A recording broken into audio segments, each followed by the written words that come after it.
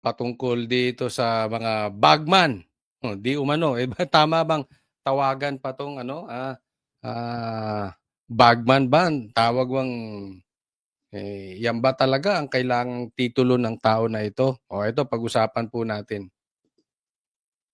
Dalawang beses na raw naalok ng suhol si Ramil Madriaga, ang umano'y dating bagman ni Vice President Sara Duterte para hindi tumistigo laban sa bise na ngayon ay muling nahaharap sa impeachment. Ayon sa counsel nitong si Attorney Raymond Palad, nangyari ang bribe attempts bago mag-February 14 ngayong taon. Ang una, galing daw sa dati nitong kasamahan sa ISIP Pilipinas. May first attempt po, na sinabi ng misis niya na may dadaling pera, pero sila na mismo nagsabi, well, hindi pwedeng magdala ng pera dito sa Annex 2. Pero yun, ang kausap doon, misis niya, hindi si Ramil. If I'm not mistaken, parang late isip eh. Okay. So itong binibintang, okay? Itong bagong testigo ng gobyerno ni Bongbong Marcos na si Madriaga na bagman daw ni BP Sara, pambihira. Doon pa lang nakikita mo na talagang tinitwist nila eh. Bakit bagman ang tawag dyan? Ano ba ibig sabihin ng bagman?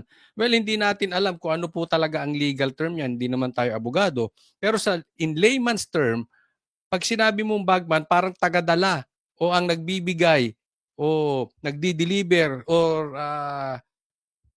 basta may patungkol sa pera na corruption,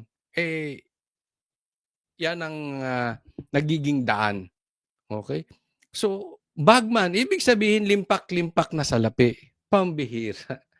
Paano magkakaroon ng limpak-limpak na salapi si BP Sara? Sa katunayan nga, tinanggalan pa siya ng budget itong OVP. Tapos, tinangka daw ni BP Sarang suhulan itong si Madriaga through doon sa misis. Hindi po ba nakakapagtaka yan? Nasa kulungan. Yung nasa kulungan, pinapaniwalaan ng gobyerno ni Bongbong Marcos. Yung nasa kulungan, pinapaniwalaan ng mga congressman. Samantalang yung 18 Marines, ex-Marines, hindi pinapaniwalaan. Sa katunayan, hindi nga pinag-aksayahan ng panahon ng Congress. Di ba? Kailangan po pa bang suhulan yan? Nasa loob na ng preso. Doon pa lang kaduda-duda na. Pambihira talaga tong gobyerno ni Bongbong Marcos. Yung location, bibigyan siya ng $2.2 million. Isa pa yan. Bakit mo bibigyan ng isang preso ng $2.2 million? Realistic lang tayo, wag tayong maglokohan. Magkano yan $2.2 million? Nasa 100 million plus yan. Pambihira. Alukin mo lang yan ng 2 million. Di ba si Risa nag-alok ng witness? Magkano lang? 1 million o 2 million? Di ba nag-alok siya dito kay alias Rene Di Umano? Hindi mo na kailangan ng $2.2 million, pambi. And we all know BP Sara, napakakuripot niyan. Hindi po, wag po kayo ma-open, pero alam naman natin ng Duterte, hindi ko lang po alam yan. Alam po yan ng mga vloggers. Alam po yan ng even yung mga vloggers sa kabila.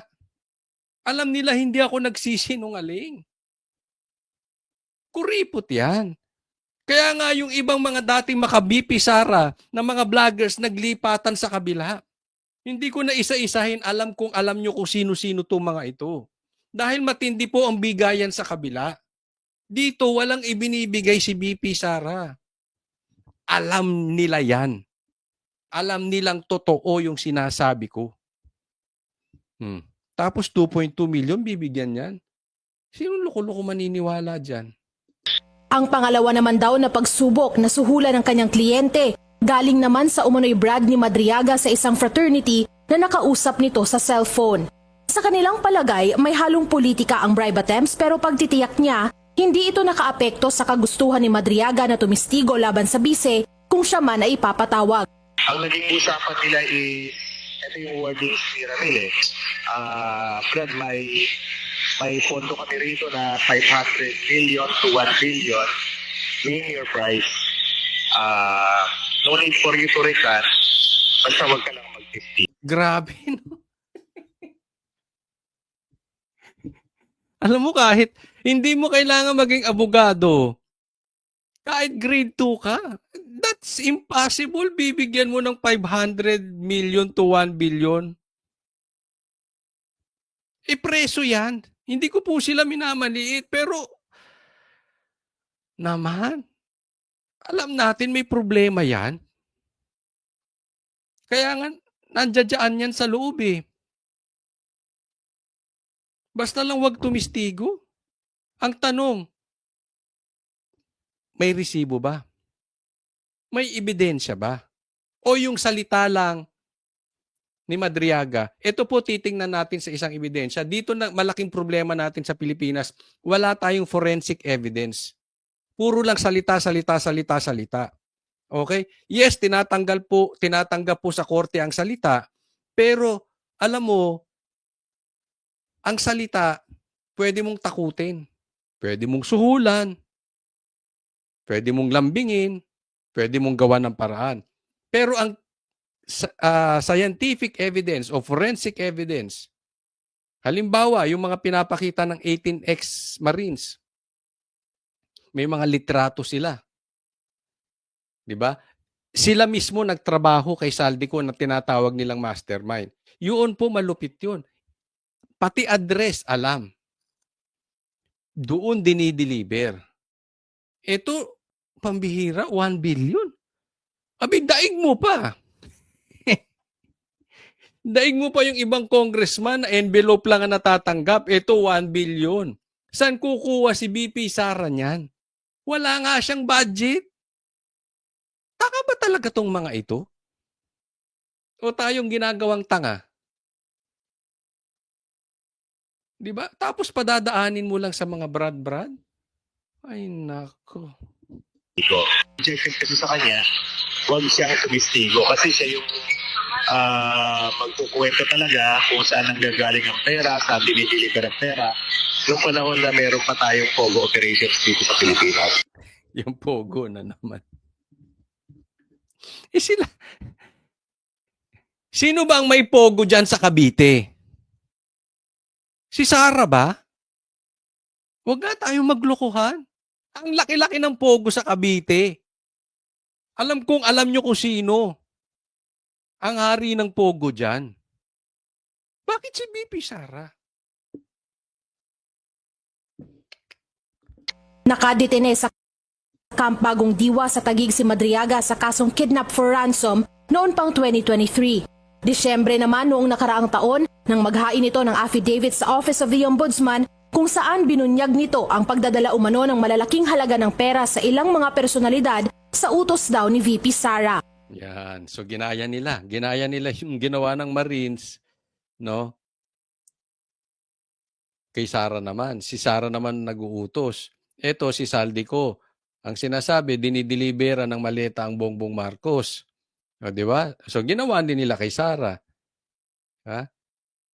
Pero imposible. Si Saldico may access dun sa pera, sa budget. Si BP Sara wala ngang budget yung OBP. Tapos, delikado raw, binantaan pa. Naku, yan ang pag-usapan Noong natin. Miyerkules napaulat ang isang insidente sa Piitan na kinasangkutan ni Madriaga at ng isa pang detainee na nagtulak sa kampo nito na humiling ng dagdag na seguridad dahil sa anilay banta sa kanyang buhay. Iniimbestigahan na ito ng NBI. Binabalidate namin yung person. Okay, dito muna tayo, ha? Wag yan picture na yan, delikado. Si Madriaga daw, delikado buhay at binantaan. Ito po nakakatakot dyan. Parang to si Madriaga, dead man walking to. Napakadelikado po ng buhay ni Madriaga. Very possible, papatayin to.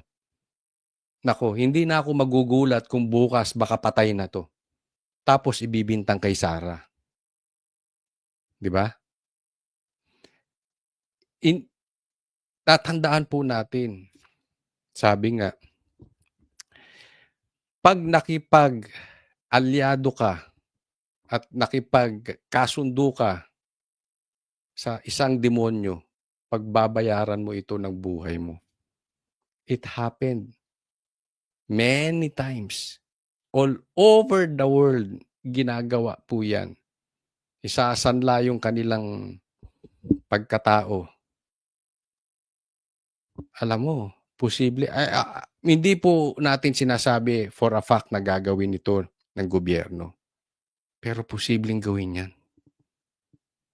Yeah. Kasi haharap to eh. Tandaan po natin, haharap to sa korte.